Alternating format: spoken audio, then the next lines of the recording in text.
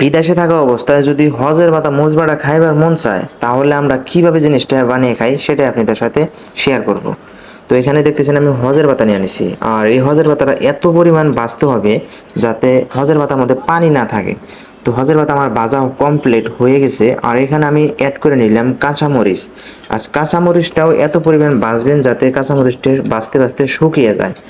শুকিয়ে গেলে জিনিসটা ভালো পরিমাণ ভাজা হলে জিনিসটা কি হবে, জিনিসটা টাইট থাকবে। আর যদি হালকা হালকা ভাজেন তাহলে জিনিসটা ডেলডালা হবো, ভালো হবে না। তারপর আমি এখানে আরেকটা জিনিস অ্যাড করতেছি, এটা হচ্ছে হোয়াইট তিল।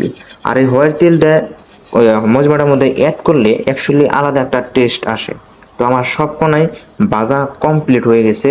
আর আজকের মজবাটাটা, আজকাল না অ্যাকচুয়ালি আমি মোজ বাটাটা মিক্সিংয়ের মধ্যেই বানিয়ে খাই, আর সেটাই ভাবলাম আপনাদের সাথে শেয়ার করি।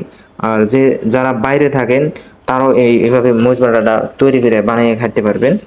তো আমি এখানে হোয়াইট তিলটা দিয়ে নিলাম। হোয়াইট তিলটা দেওয়ার পরে আমি এখানে পরিমাণ হিসাবে লবণ ডালবো। পরিমাণ হিসাবে এখানে আমি লবণ ডালবো। লবণ ডালার পরে দেখেন এটা আমি ক্লোজ করে দিই। ক্লোজ করে দেওয়ার পরে আরেকবার দেখে নিতাম আবার কিবা বাকি আছে নাকি। তো তারপরে এটা আমি এখন সুইচ দিতেছি। সুইচ দেওয়ার পরে আমি এটা ঘোরামো। 3-4 বার ঘুরাইতে হবে, 3-4 বার নাইরা সেরা দিতে হবে। তো আমি আরেকবার নাইরা সেরা দিতেছি, নাইরা সেরা দিয়ে আরেকবার ঘুরালাম।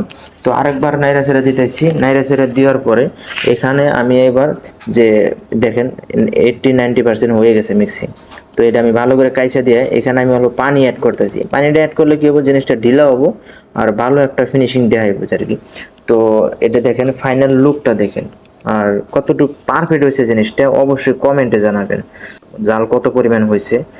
তো আমি খাইয়ে দেখি এত পরিমাণ জাল হয়েছে, দেখতে পাচ্ছেন আমি ঘাইমা গেছি গে।